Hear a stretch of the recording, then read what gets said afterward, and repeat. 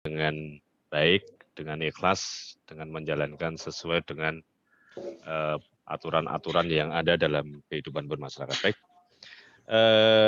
saya di sini, nama saya Teguh Basuki Rahmanto, yang sebetulnya wawasan Wiyata Mandala ini akan diisi bersama Ibu Dr. Anda Yuni Edi Wirnarni, tapi karena memang beliau ada kegiatan, akhirnya saya yang mengisi.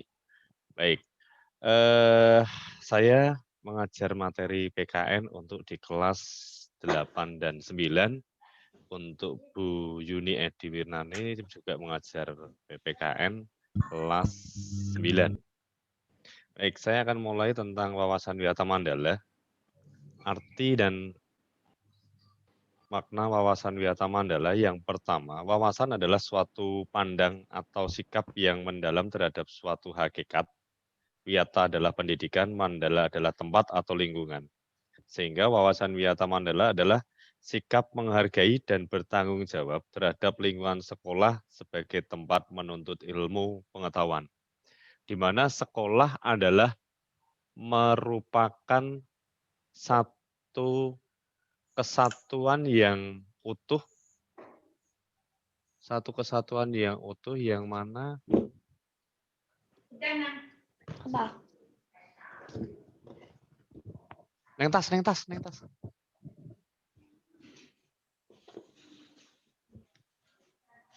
Ora detek kok. Enggak jam 12.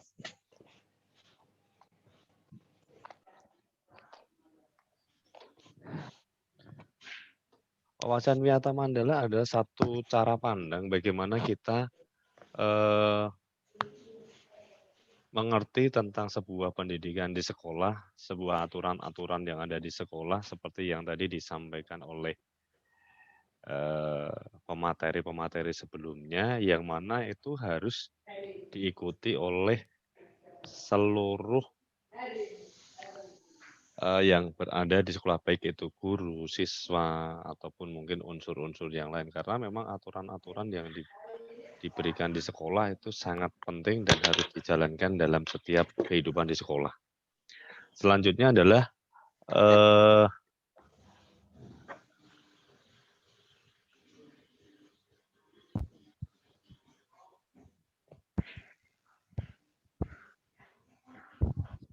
adalah unsur-unsur wawasan Wiyata Mandala. Unsur-unsur wawasan Wiyata Mandala adalah yang pertama adalah sekolah merupakan lingkungan pendidikan. Yang kedua adalah kepala sekolah mempunyai wewenang dan tanggung jawab penuh atas penyelenggara pendidikan dalam lingkungan sekolah. Yang ketiga, antara guru orang tua harus ada saling pengertian dan kerjasama erat.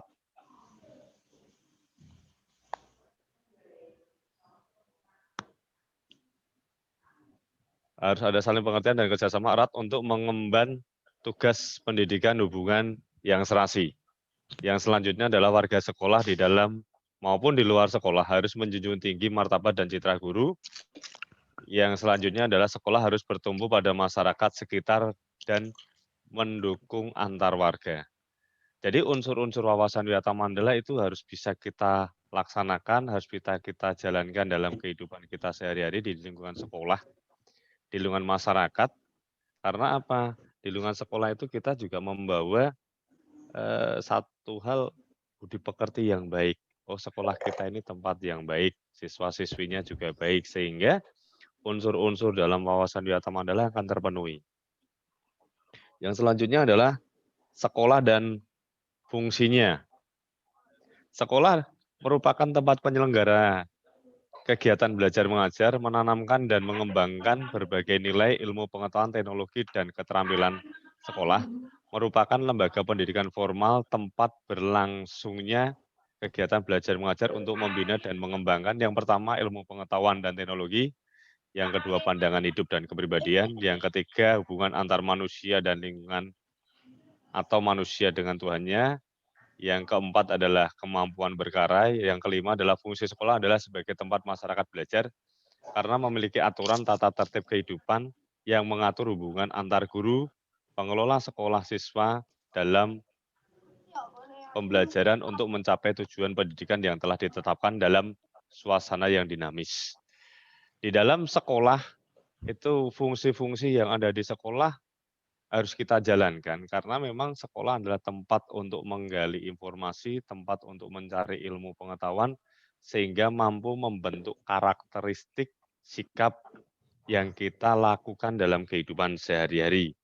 Yang selanjutnya adalah ciri-ciri sekolah sebagai masyarakat belajar. Yang pertama ada guru, siswa, timbulnya kegiatan belajar mengajar yang tertib, tercapainya masyarakat yang sadar mau belajar dan bekerja keras, terbentuknya manusia Indonesia seutuhnya. Di dalam 3 aspek ini, itu adalah membentuk sikap, membentuk pola pikir, membentuk toleransi, bagaimana menjadi manusia yang baik, bagaimana menjadi manusia yang berpendidikan dan mempunyai karakter yang baik. Sehingga dalam kehidupan bermasyarakat adanya satu sikap saling menghargai, satu sikap saling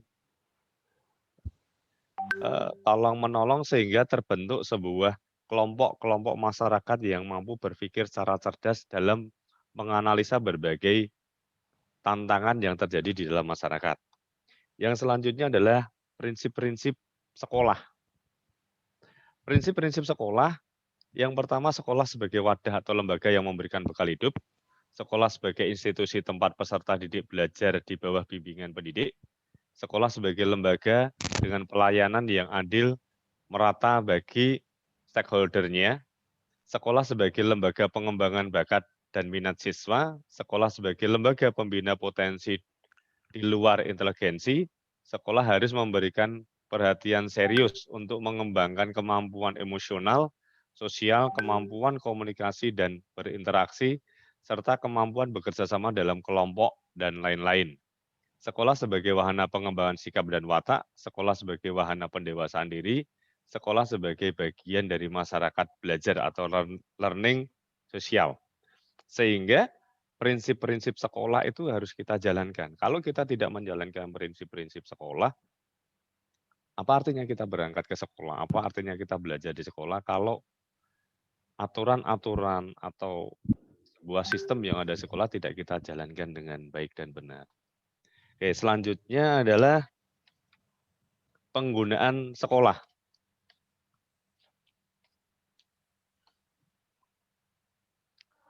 Penggunaan sekolah, sekolah sebagai suatu lembaga pendidikan yang diperuntukkan sebagai tempat proses kegiatan belajar mengajar, tidak diperbolehkan dijadikan sebagai tempat satu ajang promosi penjualan produk-produk perniagaan yang tidak berhubungan dengan pendidikan.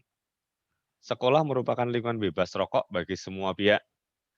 Penyebaran aliran sesat dan penyebarluasan aliran agama tertentu yang bertentangan dengan undang-undang.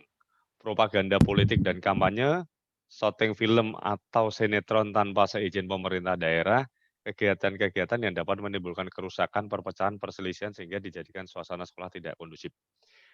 Sekolah adalah tempat untuk kita belajar, tempat untuk menuntut ilmu, tempat untuk kita mengolah rasa, mengolah pola pikir kita untuk kita bisa mengembangkan potensi-potensi yang ada di dalam diri kita. Sekolah adalah tempat belajar, sekolah adalah tempat menuntut ilmu, sehingga kita mampu menjadi manusia yang berpikir cerdas, mampu menganalisa berbagai permasalahan-permasalahan yang ada di dalam masyarakat, sehingga kita mampu menyelenggarakan kehidupan masyarakat itu dengan baik, dengan kondusif, dengan kita belajar di sekolah itu, kita mampu mengembangkan apa yang kita punyai. Sehingga dengan konsep-konsep yang ada di sekolah itu tadi, kegiatan itu bisa berjalan dengan baik. Yang selanjutnya adalah penataan Wiyata Mandala dalam upaya ketahanan sekolah. Yang pertama adalah ketahanan sekolah lebih menitik beratkan pada upaya yang bersifat preventif.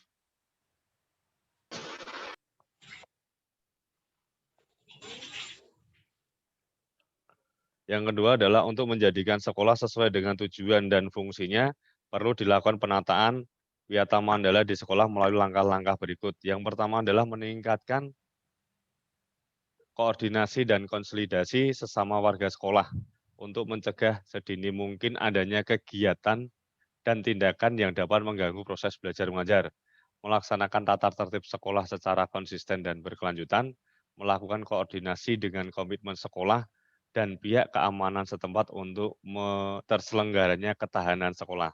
Tadi di dalam tata tertib sekolah tidak disampaikan, di sini hanya penataan Wiyata Mandala dalam upaya ketahanan sekolah adalah mampu menjaga lingkungan sekolah menjadi sekolah yang berprestasi, menjadi sekolah-sekolah yang menjadi sekolah unggulan, sehingga kondisi sekolah kita belajar merasa nyaman, merasa mendapatkan sebuah hal yang lebih baik. Untuk selanjutnya adalah mengadakan penyuluhan bagi orang tua dan siswa yang bermasalah, mengadakan penyuluhan dan pembinaan kesadaran hukum bagi siswa, membina dan mengembangkan keimanan, ketakwaan, etika, bermoral Pancasila, kepribadian, sopan santun, dan berdisiplin, mengembangkan logika para siswa, rajin belajar, gairah menulis, gemar membaca informasi, dan penemuan-penemuan yang mungkin siswa bisa memberikan satu kegiatan yang mana itu bisa memberikan sebuah pemikiran-pemikiran ke depan. Yang selanjutnya adalah pengembangan logika para siswa rajin belajar, gairah menulis, gemar membaca informasi. Terus selanjutnya adalah mengikut sertakan siswa dalam kegiatan ekstrakurikuler dan pengembangan diri, mengadakan karya wisata dalam rangka pengembangan iptek. Selanjutnya adalah mekanisme dalam pelaksanaan Wiyata Mandala. Tahap preventif upaya untuk meniadakan peluang-peluang yang dapat memungkinkan terjadinya kasus-kasus negatif di sekolah melalui yang pertama adalah memelihara sekolah dan lingkungan sekolah serta menciptakan kebersihan, ketertiban agar siswa merasa nyaman dan menyenangkan dan tidak ada tempat tertentu yang dijadikan siswa untuk hal-hal negatif. Menciptakan suasana yang harmonis antara pihak pendidik, staf, siswa, serta penduduk di sekitar sekolah. Membentuk jaring-jaring pengawasan, kontrol, dan razia terhadap kegiatan siswa di lingkungan sekolah. Menghilangkan bentuk-bentuk perpeloncoan pada saat MOS atau MPLS, meminimalisir keterlibatan kelompok maupun perorangan dalam kegiatan sekolah, mengisi jam-jam kosong dengan pelajaran atau kegiatan ekstra lainnya, meningkatkan kegiatan ekstrakurikuler pada masa awal, akhir semester, dan masa liburan sekolah, meningkatkan keamanan, ketertiban khususnya pada saat berangkat dan pulang sekolah.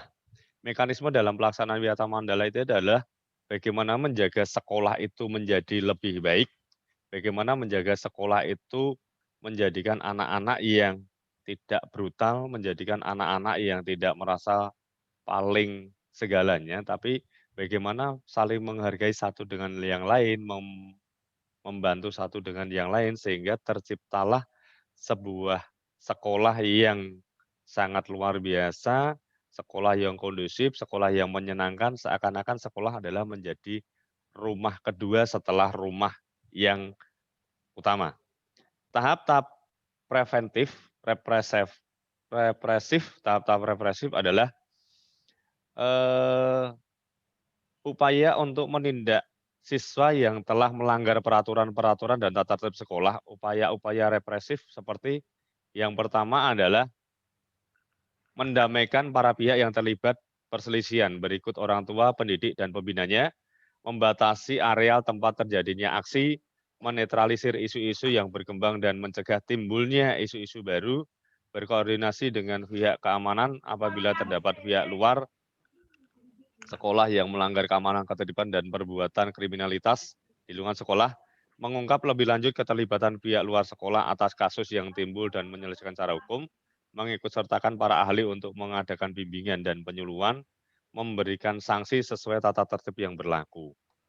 Tahapan-tahapan represif seperti ini adalah bagaimana siswa itu datang ke sekolah itu tidak membuat gaduh, tidak membuat keributan, tapi memberikan sebuah kenyamanan dengan teman-teman yang lain di sekolah, Sehingga sekolah tadi seperti yang saya sampaikan di awal, sekolah itu merupakan rumah kedua untuk kalian yang bisa membuat kalian nyaman, bisa membuat kalian lebih bisa menikmati sebuah kehidupan.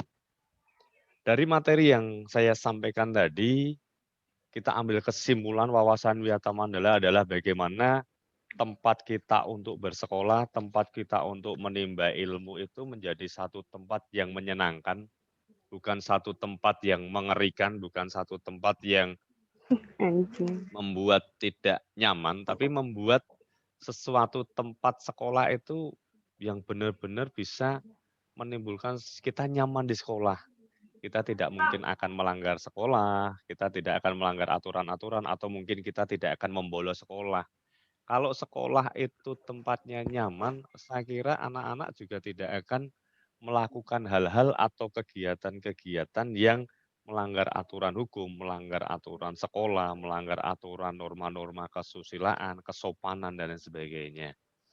Oke, dari materi yang sudah saya sampaikan ini, mudah-mudahan kalian bisa memahami dan menjalankan dalam kehidupan sehari-hari kalian, sehingga kalian mampu bersikap dewasa, bersikap cerdas, bukan hanya sekedar pintar, tapi cerdas, mampu menganalisa berbagai persoalan-persoalan yang ada di dalam kehidupan berbangsa, bernegara, dan bermasyarakat. Dari apa yang saya sampaikan ini, mungkin ada hal-hal yang ingin ditanyakan terlebih dahulu, atau mungkin ada yang ingin disampaikan. Monggo saya kasih waktu sekitar 3 menit atau 2 menit, 5 menit lah. Monggo, ada yang ingin disampaikan dari anak-anak semua, dari kelas 7A sampai 7H.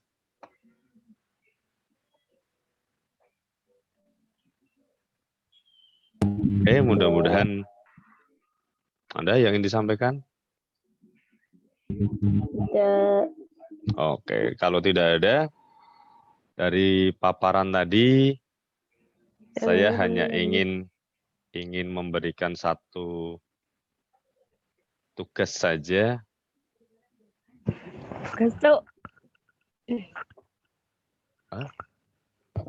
Masih ada 30 menit. Mungkin ada yang ingin disampaikan, atau mungkin tidak paham atau bingung, atau mungkin terlalu cepat, atau gimana? Tidak, Pak. Tidak. Bisa difahami apa yang saya sampaikan tadi? Bisa, Pak. Bisa. Pak. Bisa, Pak.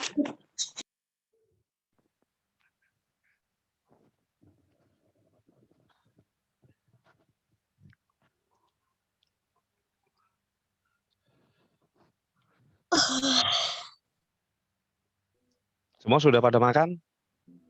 Belum. Pak. Belum. Kok belum? Belum. Kan mulainya kan jam 9. Mulainya kan jam 9. Harusnya kan makan dulu. Apa mungkin ada yang belum mandi? Pak, saya sarapan. Udah mandi, Udah Pak. sarapan. Udah mandi. Udah mandi. Udah mandi, Pak. Udah sarapan, Pak. Sarapan tapi. Dari materi-materi itu ada yang ingin disampaikan tentang kegiatan sekolah, tentang aturan-aturan yang ada di sekolah. Dari tadi kan sudah disampaikan tata tertib sekolah, terus kegiatan-kegiatan yang ada di sekolah dengan aturan-aturan yang ada di sekolah. Karena dengan pembelajaran jarak jauh ini, kalau kita tidak saling istilahnya saling menyadari, saling memahami bahwa memang pembelajaran jarak jauh ini memang banyak terkendala, terutama dari sinyal, dari kuota, dan sebagainya ini, tinggal bagaimana kalian semua untuk bisa memahami bahwa pembelajaran jarak jauh ini memang membutuhkan perjuangan, membutuhkan pengorbanan yang tidak mudah, terutama adalah kesiapan kalian. Kalau pada saat pagi hari sudah siap dulu untuk pembelajaran, mandi, sarapan, menggunakan seragam dan sebagainya itu memang harus persiapkan dulu sehingga proses belajar mengajar di sekolah dengan posisi jarak jauh ini bisa berjalan dengan baik. Oke, dari wawasan Wiyata Mandala ada yang ingin disampaikan, ada ingin ditanyakan atau mungkin tidak paham? Bapak Rani jabot tetap baik Bah. Mungkin ada yang tidak dipahami dari materi-materi tadi. Oke, tugas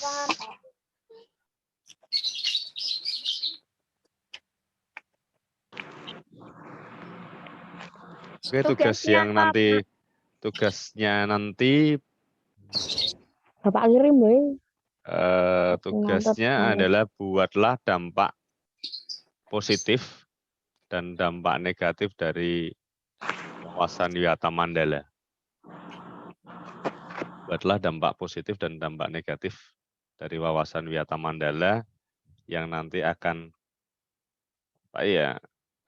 kalian laksanakan dalam pembelajaran jarak jauh tadi, sehingga nanti kalian bisa memahami bahwa wawasan Wiyata Mandala adalah satu sikap menghargai dan bertanggung jawab terhadap lingkungan sekolah sebagai tempat untuk menuntut ilmu.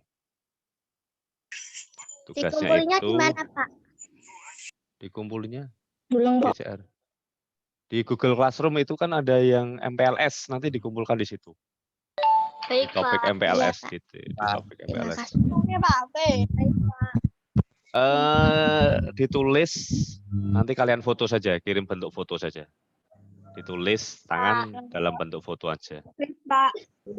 Paling lambat kapan, Pak? Nanti tugasnya dikirim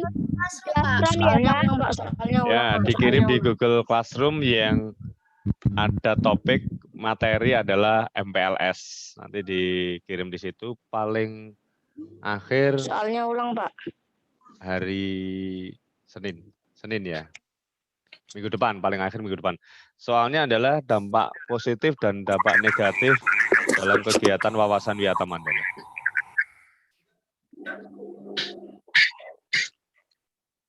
Sudah ya, bisa dipahami? Ada yang ingin ditanyakan lagi? Ya, Pak. Tidak ya. Oke, kalau tidak. Ini suruh nyebutin berapa, Pak? Itu kan membuat dampak positif dan negatif. Dampak positif dan dampak negatifnya kan. Itu tidak jumlahnya berapa, tidak. Tapi itu kan dampak positif dan dampak negatifnya saja. Pak, soalnya boleh diulangin lagi, Pak. Buatlah dampak positif dan negatif dari wawasan Wiyata Mandala dalam pembelajaran jarak jauh. Buatlah dampak positif dan dampak negatif wawasan Wiyata Mandala dalam pembelajaran jarak jauh. Sudah ya? Ada yang ingin disampaikan lagi? Tidak, Pak. Tidak ya? Oke, kalau tidak, saya akhiri, kurang lebihnya mohon maaf. Billahi taufiq wal hidayah. Assalamualaikum warahmatullahi wabarakatuh. Waalaikumsalam warahmatullahi wabarakatuh. Ya, kondisi kalian. Baik. Waalaikumsalam warahmatullahi wabarakatuh. Monggo, Pak Riki.